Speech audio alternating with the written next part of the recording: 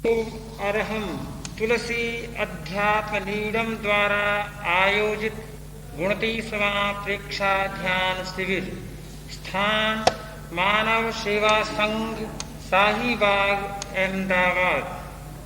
सानिध्य युग प्रधान आचार्य श्री तुलसी, प्रवचनकार युवाचार्य श्री महाप्रज्ञ।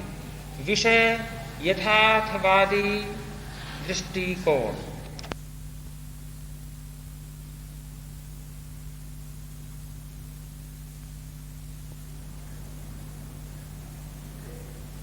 युग की अपेक्षा है आध्यात्मिक व्यक्तित्व का निर्माण। केवल युगीन अपेक्षा ही नहीं है, ये समाज की शाश्वत अपेक्षा है आध्यात्मिक व्यक्तित्व का निर्माण। दो प्रकार के व्यक्तित्व हैं, एक भौतिक व्यक्तित्व और दूसरा आध्यात्मिक व्यक्तित्व। भौतिक व्यक्तित्व में जो कुछ रेखाएं खींची जाती है वे दूसरे प्रकार की होती है। अहंकार और ममकार की रेखाओं से जिस व्यक्तित्व का निर्माण होता है वह भौतिक व्यक्तित्व होता है,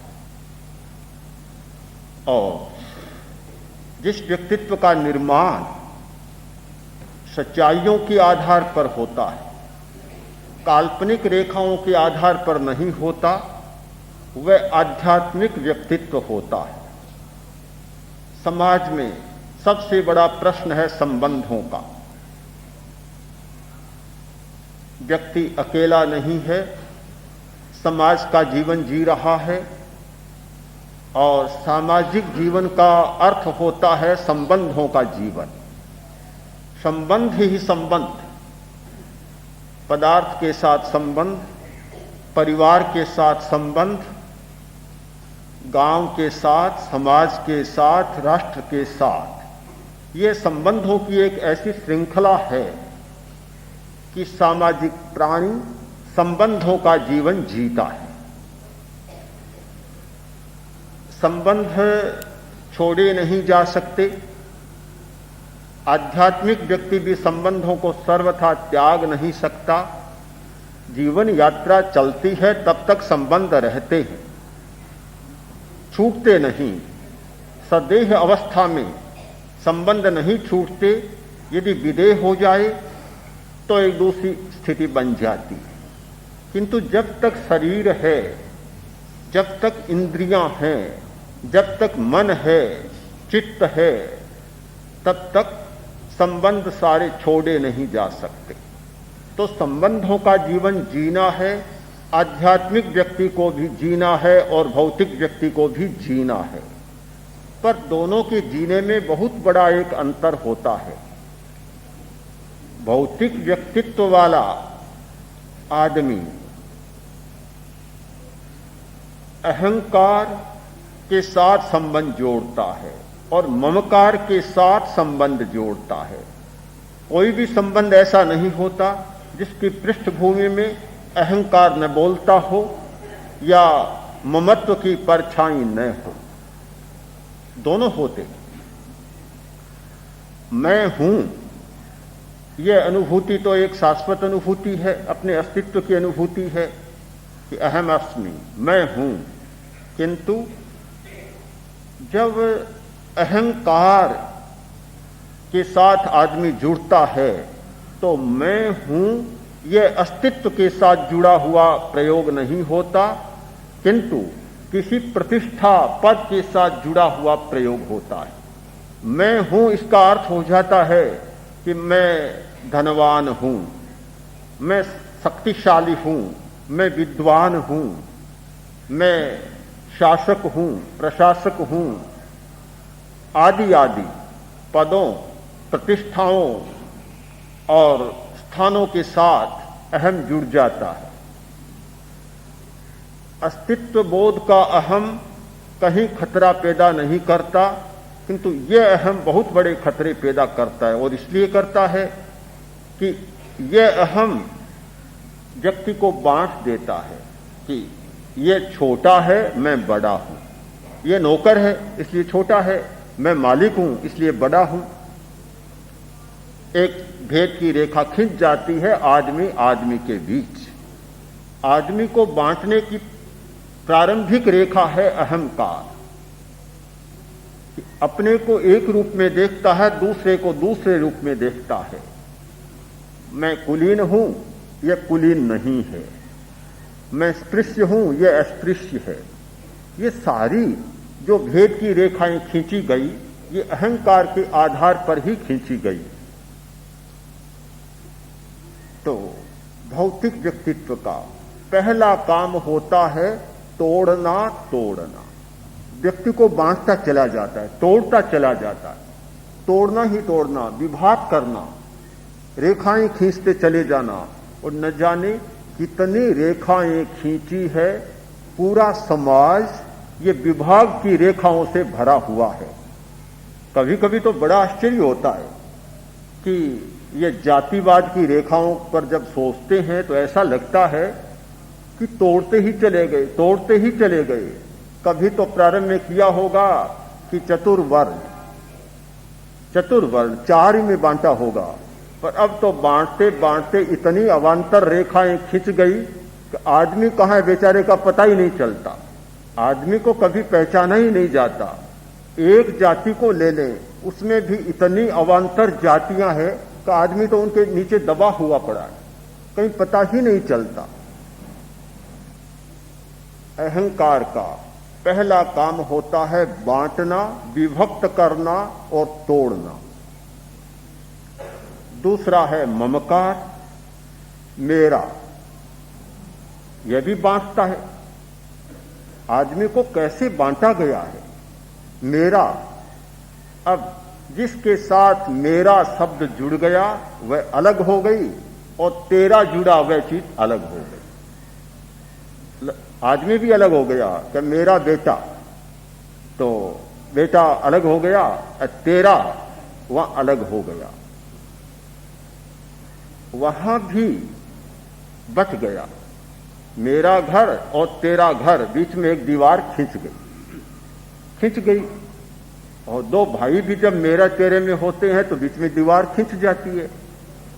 तो बांटा है, अहंकार ने व्यक्ति को बांटा है और ममकार ने व्यक्ति को बांटा है।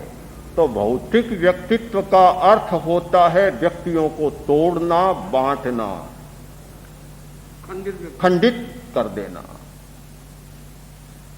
तो दूसरी तरफ आध्यात्मिक व्यक्तित्व का अर्थ होता है जोड़ना, क्योंकि वहां तोड़ने वाली कोई बात ही नहीं है, तोड़ने वाले कोई तत्व ही नहीं है। इसी सच्चाई को प्रकट करने के लिए यह घोषणा की गई थी कि एका मनुष्य जाई, मनुष्य जाति एक है। भौतिक मंच से कभी यह स्वर उद्घोषित नहीं हो सकता, संभव ही नहीं है कि मनुष्य जाति एक है। यह हो ही नहीं सकता, उच्चारण भी नहीं हो सकता। जिस मंच से यह घोषणा हुई है कि मनुष्य जाति एक है, वह कोई आध्यात्मिक मंच है कि जहां व्यक्ति व्यक्ति में कोई भेद का अनुभव ही नहीं किया गया। सब मनुष्यों को एक ही देखा गया, एक ही जाना गया, और कोई अलग जाति ही नहीं है। आध्यात्मिक व्यक्तित्व जोड़ता है और भौतिक व्यक्तित्व तोड़ता है। बहुत हमारे सामने स्पष्ट बात है। आध्यात्मिक व्यक्तित्व में पदार्थ का भोग होगा, आध्यात्मिक व्यक्ति खाएगा, पिएगा, कपड़े भी पहनेगा, मकान में भी रहेगा, यह तो सारा करेगा, किंतु तोड़ेगा नहीं। ये कभी नहीं कहेगा कि मेरा कपड़ा, मेरा मकान, रहता हूं इसमें रहता हूं।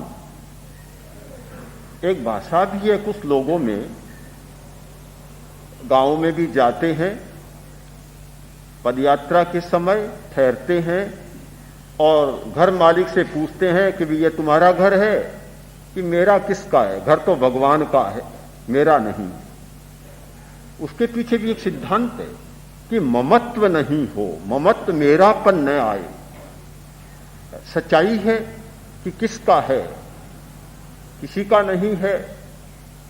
आज तक भी ये संपदा और पृथ्वी किसी की बनी नहीं, भूमि किसी की बनी नहीं। इसीलिए संस्कृत साहित्य में बहुत आता है कि शाश्वतम कन्या, ये शाश्वत कन्या है। पृथ्वी और संपत्ति ये आज तक भी शाश्वत कन्या है, आज तक भी इसका पाणी ग्रहण नहीं हुआ। किसी के कुमारी है, सदा कुमारी है। इतना हजारों लाखों वर्ष का अंतराल बीत गया, किंतु यह संपदा और भूमि आज भी कुमारी है। कोई योग्य पति इसे मिला नहीं अभी तक, और मिलने वाला भी नहीं है, शायद मिलेगा भी नहीं। कुमारी की कुमारी, कन्या की कन्या विद्यमान है। तो ये पदार्थ का भोग करना, पदार्थ का उपयोग करना और पदार्थ के साथ ममत्व को जोड़ना बिल्कुल दो बातें हैं। भौतिक व्यक्तित्व में पदार्थ का उपयोग शायद कम होता है और ममत्व ज्यादा जुड़ता है, ज्यादा जुड़ता है। और आध्यात्मिक व्यक्तित्व में पदार्थ का उपयोग आवश्यक होता है और ममत्व जैसा कुछ जुड़ता ही नहीं। पदार्थ पदार्थ और मैं, मेरा चैतन्य मेरा। आध्यात्मिक व्यक्तित्व केवल यथार्थवादी दृष्टिकोण के आधार पर निर्मित होता है और भौतिकवादी व्यक्तित्व काल्पनिक रेखाओं के आधार पर निर्मित होता है। कल्पना से मेरा कुछ भी नहीं, हर कोई जानता है, किंतु काल्पनिक रेखाएं, इतनी काल्पनिक रेखाएं कि हर किसी को मेरा मान लिया, मान रखा है। और जब कभी धोखा होता है तब पता चलता है कि हां माना था पर था नहीं वास्तव में। और सारा संसार इस धोखे की अनुभूति कर रहा है, भोग रहा है इसको। पर यह एक प्रकृति का विश्लेषण है कि भौतिकवादी व्यक्तित्व काल्पनिक रेखाओं के आधार पर अपना ढांचा खड़ा करता है और आध्यात्मिक व्यक्तित्व यथार्थवाद के आधार पर अपने व्यक्तित्व का निर्माण करता है। हमारे सामने दोनों स्थितियां हैं। यह भ्रांति न रहे कि आध्यात्मिक व्यक्ति भौतिक वस्तु का उपयोग नहीं करता, बिल्कुल भ्रांति न रहे। पूरा उपयोग करता है और सही अच्छा उपयोग वही करता है। और भौतिकवादी उपयोग कम करता है, दुख ज्यादा जोड़ता है। यही तो अंतर है। कहानी लंबी चौड़ी नहीं कहूंगा, सारांश इतना ही है कि जब राजा ने योगी से पूछा कि इतने दिन मेरे महल में रहे और चलने का नाम ही नहीं लिया, जंगल में फिर आए ही नहीं, बहुत मार्मिक उत्तर दिया कि क्या फर्क पड़ता था जंगल में और उस महल में। तब बोला कि तब फिर आप में और मुझ में क्या फर्क है। योगी ने कहा थोड़ा सा फर्क है, ज्यादा फर्क नहीं। इतना ही फर्क है कि मैं महल में रहता था और तुम्हारे दिमाग में महल रहता, बस इतना सा फर्क है और ज्यादा फर्क नहीं। बहुत बड़ी एक महत्व की वाणी है कि महल में रहना और दिमाग में महल रहना। कल ही एक बहन ने कहा कि पहले घर में इतना मोह रहता था, बहुत मोह, अब कोई मोह ही नहीं रहा घर में। घर में रहते हैं पर मोह नहीं रहा, छोड़ आते हैं तो कोई कष्ट नहीं होता। कल एक भाई ने भी कहा, उसकी पत्नी शिविर में है, उसने कहा कि बहुत अच्छा हुआ, इसके लिए घर छोड़ना शायद जगत की सबसे बड़ी समस्या थी, सबसे बड़ी समस्या। अब यह शिविर में आ गई और मैंने बातचीत करके देख लिया कि घर से मोह छूट गया। मानता हूं सबसे बड़ी उपलब्धि इसकी हो गई। जब आध्यात्मिक व्यक्तित्व बनता है तो सबसे पहले ये अहंकार और ममकार की बेड़ियां टूटती हैं, ये ग्रंथियां खुलती है और जब तक ये बेड़ियां नहीं टूटती कोई भी आध्यात्मिक व्यक्तित्व का निर्माण कर नहीं सकता। ये बहुत सारी समस्याएं, बहुत सारे दुख जिनको आदमी ढो रहा है, ये किसके द्वारा दिए जा रहे? दुख कौन दे रहा है? समस्याएं कौन उत्पन्न कर रहा है? शायद कोई नहीं कर रहा है, मनुष्य अपने आप कर रहा है। एक प्रिय व्यक्ति चला गया, वह तो चला गया, अब जो चला गया उसको तो कोई दुख नहीं, मर गया उसको भी दुख है क्या? पीछे वाले दुख करते हैं, पीछे वाले रोते हैं, क्या मरने वाला भी रोता है क्या? पीछे रह गए उनके लिए रोता होगा कभी? देखा नहीं, सुना भी नहीं कि भी मर गया वह पीछे वालों के लिए रोता है, मर गया उसके लिए पीछे वाले रोते, वह देखते हैं साक्षात कि इतने भयंकर रूप में रोते हैं। क्यों रोते हैं? इसीलिए कि मान लिया था कि मेरा ही है, और यहां हमने सत्य का अतिक्रमण किया है, सच्चाई को झुठलाने का प्रयत्न किया है। यह शाश्वत नियम है कि संबंध है, यथार्थ में कोई किसी का नहीं है। अगर कोई किसी का होता तो कोई किसी को छोड़कर कभी भी नहीं जाता। जब शाश्वत नियम यह बता रहा है कि एक व्यक्ति चला जाता है, एक वस्तु चली जाती है, धन चला जाता है, सत्ता चली जाती है, संपदा चली जाती है, कुर्सी चली जाती है, अगर यह यथार्थ होता, हमारा संबंध शाश्वत होता, तो कोई किसी को छोड़कर कभी भी नहीं जाता। और जब जाता है, तर्क शुद्ध बात है, जबकि दो में से एक चला जाता है, इसका मतलब कि हमने कल्पना के आधार पर मान रखा था कि मेरा है, किंतु यथार्थ नहीं है, यह सच्चाई नहीं है। ये बिल्कुल तर्क शुद्ध बात है, केवल मान लेने की बात नहीं है। तब फिर दुख क्यों? चले जाने का दुख नहीं है, मेरा मान रखा था और ममत्व को पाल रखा था, दुख उसका हो रहा है, उसके चले जाने का कोई दुख नहीं है। जहां असत्य के आधार पर हमारा जीवन चलता है, वहां समस्याएं ही समस्याएं पैदा होती है। हमें सच्चाई के निकट रहना चाहिए, बहुत आवश्यक है कि हम सत्य के निकट जिए। ध्यान करने की सबसे बड़ी कोई उपलब्धि है तो वह यह है कि सत्य के और सत्य की दिशा में जीवन जीना, सत्य के निकट रहना, सत्य को झुठलाने का प्रयत्न न करना, यह ध्यान की सबसे बड़ी उपलब्धि है। ध्यान करने के बाद यह यथार्थवादी दृष्टिकोण नहीं बना तो मान लेना चाहिए 10 दिन का विश्राम किया है, ध्यान नहीं किया है। सारे घर के झंझटों से छूटकर और थोड़ा विश्राम कर लिया। विश्राम करने के लिए कश्मीर भी जाते हैं, नैनीताल भी जाते हैं, दूर दूर जाते हैं कि जाकर थोड़ा विश्राम लें, तो यहाँ भी आकर विश्राम ले लिया।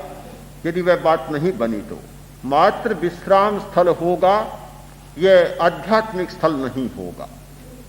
ध्यान की निष्पत्ति है कि सच्चाई का जीवन जीना, और जब आदमी सच्चाई का जीवन नहीं जीता तो व्यावहारिक समस्याएं बहुत पैदा होती है। यथार्थ को तो जाने दें, व्यवहार की भी न जाने कितनी समस्याएं पैदा होती है। एक लड़के ने अपनी मां के लिए बहुत बढ़िया साड़ी भेजी और लिखा था कि 100 रुपया मूल्य है इस साड़ी। देखा तो साड़ी तो बहुत बढ़िया लगती थी, तो 100 रुपया मूल्य कैसे? ठीक है, लिखा है तो ठीक है, विश्वास भी है।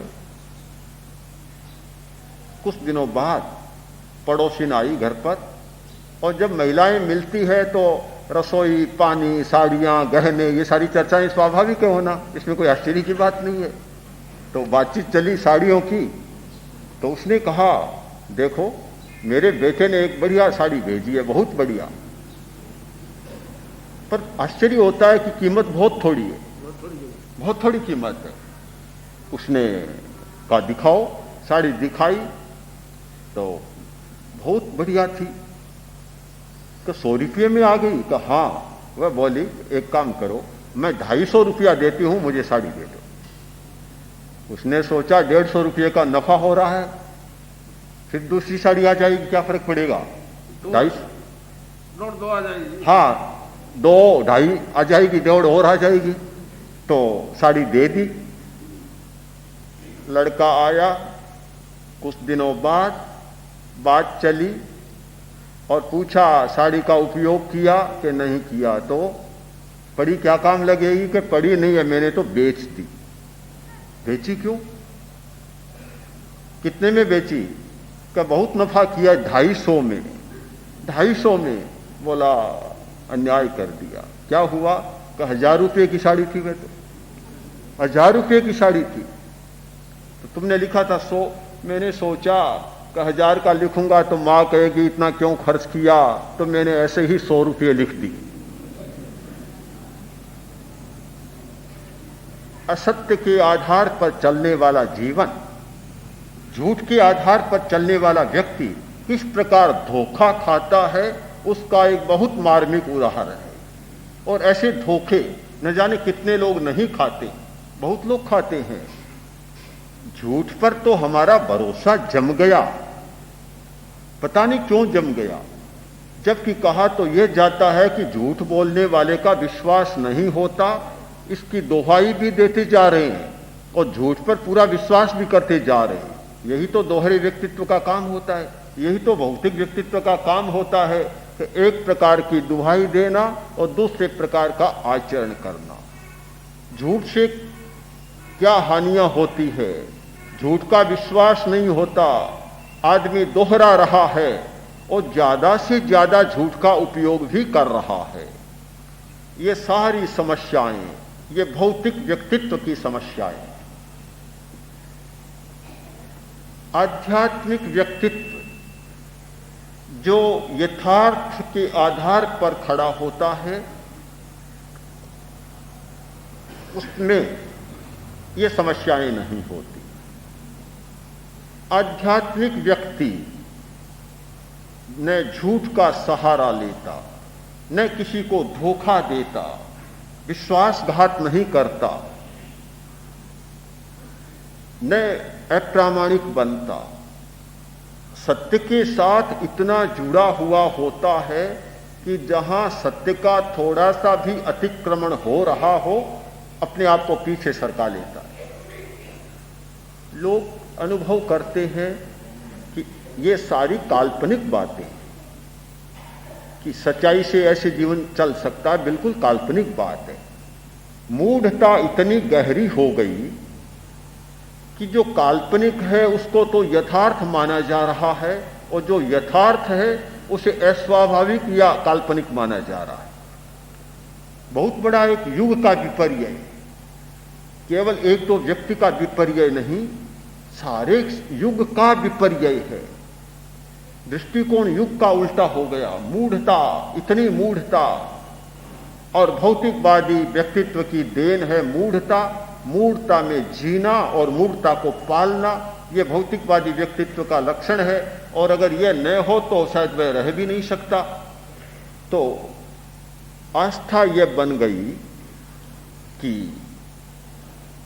सच्चाई से कुछ हो नहीं सकता, काम नहीं चल सकता, झूठ से काम चलता है।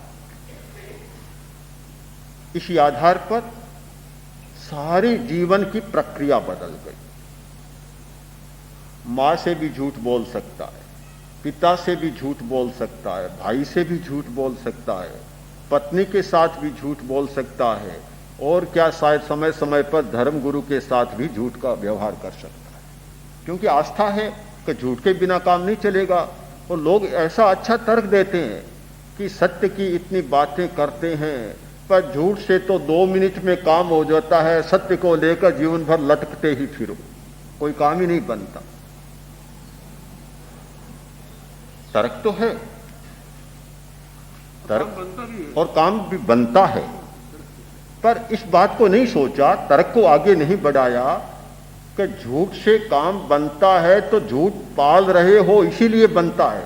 तुम भी झूठ पाल रहे हो और काम बनाने वाला भी झूठ पाल रहा है, इसीलिए काम बनता है। अगर सच्चाई के आधार पर चले काम न भी बने, पर आदमी यह नहीं सोचता कि काम नहीं बने तो न बने। वह तो यह सोचता है कि कितना ही झूठा काम है पर बन जाए, तो अब क्या झूठा काम कभी सच्चाई से बनेगा? करना चाहता है सारा झूठ का पोषण, छिपाना चाहता है, बेईमानी को छिपाना चाहता है, बुराई को करना चाहता है, और तब करना चाहता है कि झूठ का सहारा मिल जाए।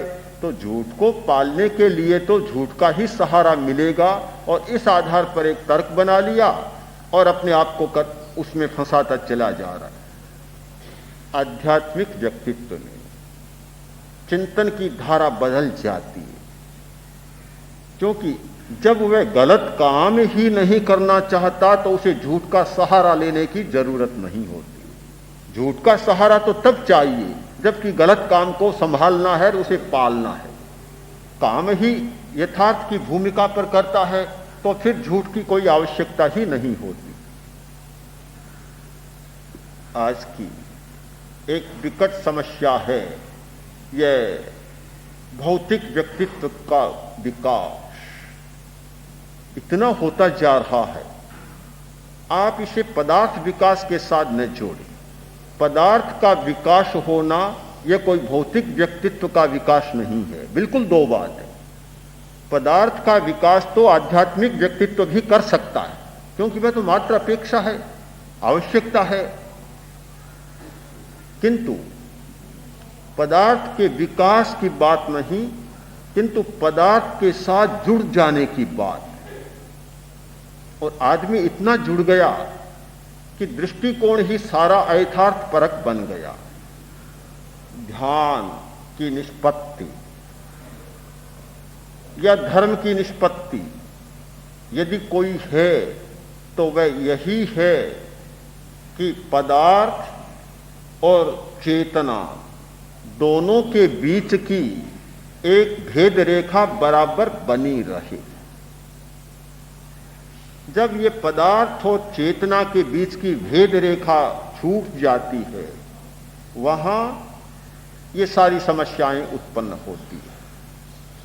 यदि हमारा यह दृष्टिकोण निष्पन्न हो कि पदार्थ पदार्थ है, चेतना चेतना है, और दोनों के बीच में एक रेखा खींची हुई है। आपने कायोत्सर्ग का प्रयोग किया, किस लिए किया?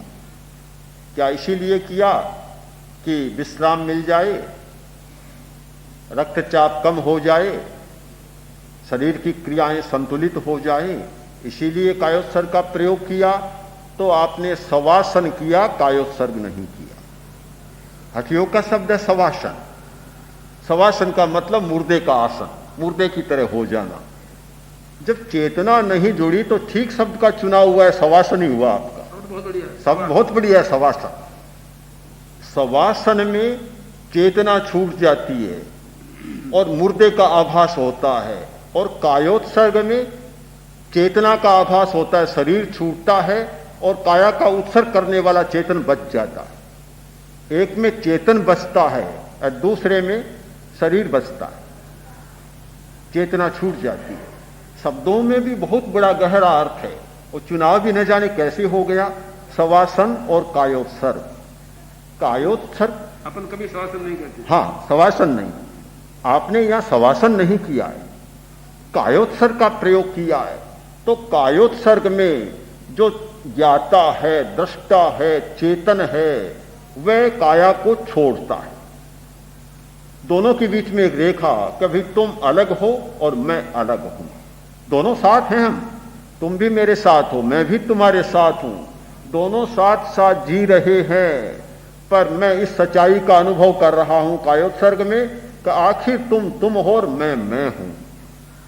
अगर इस सच्चाई की अनुभूति नहीं होगी तो कायोत्सर्ग नहीं होगा, फिर कोरा शवासन ही हठयोग का हो जाएगा। हमें भाव शुद्धि के लिए भावना का बहुत विकास करना है। हर बात में भाव को जोड़ना है, कोरी क्रिया नहीं, कोरी क्रिया नहीं, कोरी क्रिया फल नहीं लाती। क्रिया के साथ, प्रत्येक क्रिया के साथ चैतन्य को जोड़ना है, चैतन्य का अनुभव करना है। और यह चैतन्य हमारा यह है कि भाई मैं शरीर से अपने आप को पृथक अनुभव कर रहा हूं। कायोत्सर्ग देहाध्यास को मिटाने की बहुत महत्वपूर्ण प्रक्रिया है। कायोत्सर्ग भेद विज्ञान की बहुत महत्वपूर्ण प्रक्रिया है। कायोत्सर्ग विवेक चेतना को जगाने की बहुत महत्वपूर्ण प्रक्रिया है कि शरीर अलग और मैं अलग। जब शरीर के साथ भी ममकार नहीं रहा तो फिर पदार्थ के साथ ममकार नहीं रहेगा। सारे ममकार का जनक पिता है यह शरीर। शरीर के साथ जितनी गहरी मूर्छा होती है उतनी ही गहरी मूर्छा फिर पदार्थों के साथ होती चली जाती है। जिस व्यक्ति का अपने शरीर के प्रति ममकार छूट गया, शरीर को अपने चैतन्य से पृथक अनुभव कर लिया, वह कभी भी पदार्थ के प्रति मूर्छावान बन नहीं सकता। संभव ही नहीं है, असंभव बात हो गई, कभी संभव नहीं। यह सारी स्थिति बनती है देहाध्यास, देहाशक्ति के द्वारा। कि शरीर के प्रति इतनी आसक्ति है, अपने भौतिक व्यक्तित्व के प्रति इतनी आसक्ति है कि वह दूसरी बात को देख ही नहीं पाता। ये कायोत्सर्ग का प्रयोग एक साक्षात्कार का प्रयोग, चैतन्य के साथ तादात्म्य होने का प्रयोग है, जागरण का प्रयोग है। पैर के अंगूठे से लेकर और सिर तक प्रत्येक अवयव के प्रति जागरूक हो जाना, शरीर के प्रति जागरूक हो जाना, शरीर की प्रकृति को समझ लेना, शरीर की सच्चाइयों को समझ लेना, संबंधों को समझ लेना, प्राण धारा को समझ लेना, एक बहुत जागरूकता का प्रयोग है। और जो व्यक्ति इतना जागरूक हो जाता है वह साक्षात्कार की भूमिका में चला जाता है। साक्षात्कार, आत्मा का साक्षात्कार, परमात्मा का साक्षात्कार, उससे पहले अपने व्यक्तित्व का साक्षात्कार। अपने व्यक्तित्व का तो साक्षात्कार करें कि कैसा व्यक्तित्व है मेरा, किन तत्वों से गढ़ा हुआ है मेरा व्यक्तित्व, वह तो साक्षात्कार करें। कायोत्सर्ग एक साक्षात्कार कराने वाला, कोई कराने वाला भी चाहिए। यह प्रयोग है साक्षात्कार कराने का। एक सम्राट, बहुत पुराने जमाने की बात है, सम्राट, बड़ा शक्तिशाली सम्राट, मन में एक दिन कल्पना जाग गई कि मुझे स्वर्ग और नरक का साक्षात्कार करना है, साक्षात देखना है कैसे है। अब धुन थी, सम्राट था और वह भी पुराने जमाने का शासक, कोई रोकने वाला भी नहीं। बहुत परिक्रमाएं की, बहुत चक्कर लगाए, बहुत लोगों को बुलाया और बहुतों के पास गया कि मुझे स्वर्ग और नरक का साक्षात्कार करा। कोई नहीं मिला। जगह जगह जाकर कहा, अरे ठेकेदार बने बैठे हो, धर्म के, अध्यात्म के, ये उसके इसके साक्षात्कार नहीं करा सकते, चले जाओ मेरे नगर से। कितनों को निकाला, कितनों को बुलाया, न जाने क्या क्या नहीं किया। आखिर एक व्यक्ति आया, एक सन्यासी आया, कोई धर्मगुरु आया, बहुत अनुभवी था, पहुंचा हुआ था। सम्राट को पता चला कि कोई नया आया है और वह साक्षात्कार करा सकता, इतना शक्तिशाली। अच्छी बात है। तो गया, जाकर बोला कि महाराज स्वर्ग का साक्षात्कार कराओ, नरक का साक्षात्कार कराओ। बोला क्या करेगा, ऐसे ही रहने दो, अच्छा नहीं है साक्षात्कार करना। कहा नहीं, मुझे करना है, करना ही है, तुझे देखना है। कहाँ देखना है, सचमुच देखना है? तो बिल्कुल देखना है। बैठ जाओ। बिठा लिया, 5-7 मिनट ऐसे ध्यानस्थ हो गए, बिठाए रखा, प्रतीक्षा में बैठा है। और आंख खोली, खोलते ही बोले कि सम्राट, कितना भद्दा है तेरा चेहरा, ऐसा भद्दा है कि आदमी देखकर डर जाए, और रात को तुझे देख ले तो सचमुच भूत ही जाग जाए। इतना भद्दा, सफाई भी करना नहीं जानता, स्वच्छता भी नहीं जानता, मुंह पर मक्खियां भिन भिना रही है। कैसा पागल, कपड़े पहनने भी नहीं जानता। ऐसी 2-4 कड़ी बातें कही कि भला इतना बड़ा शासक तमतमा उठा, होठ फड़कने लग गए, चोरियां चढ़ गई, खून बरसने लगा आंखों से, और इतना गुस्से में आया कि पागल सा बन गया। और सोचा कि इतना बेवकूफ सन्यासी, इतना मूर्ख मेरे सामने ऐसी बात कर सकता, मुझे ऐसा कह सकता है। इसे पता नहीं कि मैं सम्राट हूं, कितना बड़ा शासक हूं। 1 मिनट में कोई मुझे तो साक्षात कराए, नरक का न कराए, इसको तो नरक का साक्षात्कार भी मैं करा सकता हूं। तत्काल तलवार की तरफ में हाथ गया, आग बबूला हो गया। तलवार खींचनी शुरू की म्यान से, और सन्यासी ने कहा, सम्राट क्या कर रहे हो? कि नरक दिखाता हूं, नरक का साक्षात्कार कराता हूं आपको। ऐसे बोलते हो? आपको विवेक ही नहीं है, भान ही नहीं है कि सामने कौन व्यक्ति है। सन्यासी बहुत मुस्कान के साथ बोला, सम्राट, नरक का साक्षात्कार हो गया न? आंख खुली। क्या? अरे तुम कहते हो कि मरने के बाद नरक का साक्षात्कार, मैंने तो जीते जी तुम्हें नरक का साक्षात्कार करा दिया कि तुम तो अभी नरक में जी रहे हो। बिल्कुल इतने गुस्से में इतने पागल बन गए। यही नरक है, इसका साक्षात्कार कर लो तुम। कि जब जब व्यक्ति आवेश में आता है, गुस्से में आता है, अपना भान भूल जाता है और दूसरी स्थिति में चला जाता है, तब तब अनुभव करो कि जीवन में नरक का साक्षात्कार हो जाता है। ये सुनते ही ऐसा लगा कि जैसे आग पर कोई 10-20 बर्तन पानी के डाल दिए। बिल्कुल शांत हो गया, गहराई में चला गया।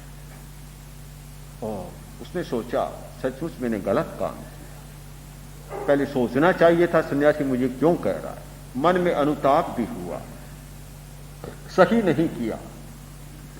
बड़ी विनम्रता के साथ सन्यासी की चरण छुए, बोला, महाराज क्षमा करना, मैं अपने आप को भूल गया, मैंने सही नहीं किया। अब चेहरे पर शांति आई, और जब एक तेजी की उत्तेजना के बाद शांति आती है तो वह जरा अच्छी होती है। काफी शांति, सौजन्य का भाव, प्रेम का भाव, श्रद्धा का भाव, विनय का भाव एक साथ ही प्रगटा। सन्यासी बोला कि तुम स्वर्ग का साक्षात्कार करना चाहते हो, अभी तुम जो हो वह तुम्हारे जीवन में स्वर्ग का साक्षात्कार है। व्यक्ति के जीवन में स्वर्ग और नरक का साक्षात्कार होता रहता है। अपने व्यक्तित्व का अवलोकन करने वाला, अपने व्यक्तित्व की गहराइयों में जाकर उसे देखने परखने वाला व्यक्ति इस बात को समझ सकता है कि व्यक्तित्व कैसा है। अब अपेक्षा है गहराई में जाने की, डुबकियां लेने की। जरूरत तो वही है। यह बात प्रयोग के बिना संभव नहीं है, प्रयोग के द्वारा ही संभव है। चाहे आप एक बार इस बात को सुने और चाहे 1000 बार सुने, कि कोरी वाणी के द्वारा यह कभी संभव नहीं है। जिस व्यक्ति ने प्रयोग नहीं किया, अभ्यास नहीं किया और अपने भीतर झांकने का प्रयत्न नहीं किया, केवल इन 2 खिड़कियों को खुला रखा और तीसरी खिड़की को भीतर झांकने के लिए नहीं खोला, वह इस सच्चाई को कभी नहीं पकड़ पाएगा। केवल शब्दों में, शब्द के जाल में उलझा रहेगा, वह उलझन कभी समाप्त नहीं होती। उर्दू के प्रसिद्ध शायर मिर्जा साहब लखनऊ गए, सभा हो रही थी, तो कुछ लोग दिल्ली से आ पहुंचे, सभा में बड़ा हंगामा मचा दिया।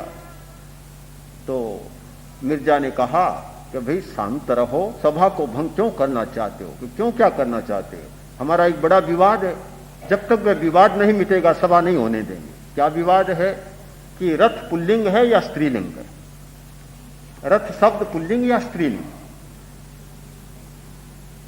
हम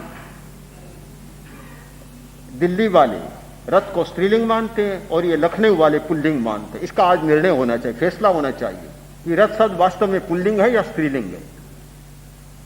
बहुत समझाया पर नहीं माने ही नहीं।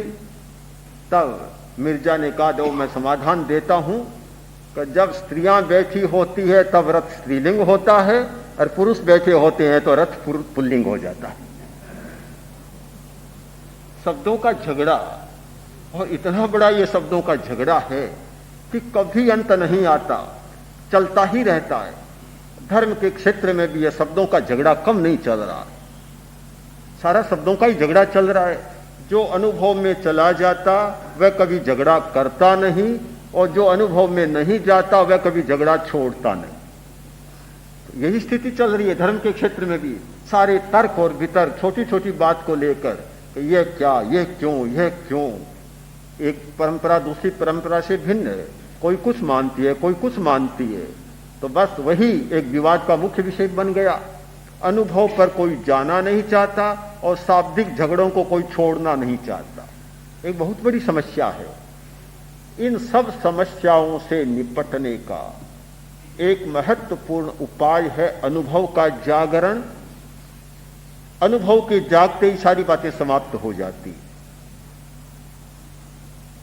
अमृत चंद्र ने, जो दिगंबर परंपरा के एक महान आचार्य हुए, जिन्होंने कुंद कुंद के समय सार पर इतना महत्वपूर्ण ग्रंथ लिखा है, समय सार कलश, इतना आध्यात्मिक ग्रंथ है कि जिसे समझने में भी बहुत गहराई में जाना पड़ता है। उन्होंने लिखा है, उदयति न नयश्री रस्तमेति प्रमाणम, कि जब यह अनुभव जागता है तो फिर न नयवाद काम देता, न प्रमाण काम देता, न क्वचिदपि न विद्मो याति निक्षेप चक्रम, निक्षेप भी काम नहीं दे, पता नहीं कहां चला जाता है। सारे के सारे नय, प्रमाण, निक्षेप, ये तत्वों को जानने के जितने साधन है कहीं जाकर छिप जाते हैं। भाति न द्वैतमेव, कहीं द्वैत लगता नहीं, अद्वैत और अद्वैत की अनुभूति होने लग जाती है। तो अनुभव का जागरण, ध्यान का सबसे बड़ा उपयोग है अनुभव का जागरण। जब ध्यान के द्वारा अनुभव नहीं जागता तो शायद ध्यान की पूरी निष्पत्ति नहीं होती। तो आप लोगों ने 10 दिन की अवधि में ध्यान का प्रयोग किया। मैं स्वयं अनुभव करता हूं कि हर व्यक्ति ने कुछ न कुछ अनुभव किया है। ऐसे लोग भी हैं जो कहते मुझे कुछ भी अनुभव नहीं होता, पर 2 दिन से तो वह भी कहने लगे कि हाँ ये अनुभव हुआ, स्पंदन का अब तो हुआ है, स्पंदन का अनुभव हुआ है। चंदनमल जी जैसे व्यक्ति जो कहते हैं बहुत तनाव से भरा हूं, कुछ भी नहीं होता, पर इन 2 दिनों से तो उनका स्वर भी बदल गया। हाँ बदला है कि यहाँ दर्शन केंद्र में थोड़ा स्पंदन का अनुभव होता है, यहाँ होता है, कुछ भी हो, थोड़ा भी हो जाए, यहाँ हो वहाँ हो, हाँ कहीं हो, यहाँ हो वहाँ हो, पैर में हो, एडी में हो, कहीं भी हो, थोड़ा न थोड़ा अनुभव का लेस तो हो जाए, अपना ज्ञान हो जाए, यानी मुझे भी कुछ पता चल रहा है। तो मानता हूं यह बहुत बड़ी एक ध्यान की निष्पत्ति है कि व्यक्ति का अपना अनुभव जाग जाना। तो इस अपने अनुभव को जगाने के लिए आप लोगों ने जो किया बड़ी निष्ठा के साथ किया, और उस निष्ठा में सबका आपको योग मिला। और आपकी निष्ठा का ही कारण है कि इस धूप में आचार्य वर्ग भी आपके लिए रोज पधार रहे। हमें नहीं जाना पड़ता धूप में, धूप हमारे पास आ रही है, यानी प्रकाश को हमारे पास आना है, धूप को भी आना है, तेज को भी आना है, प्रकाश को भी आना है। यह निष्ठा का ही परिणाम है।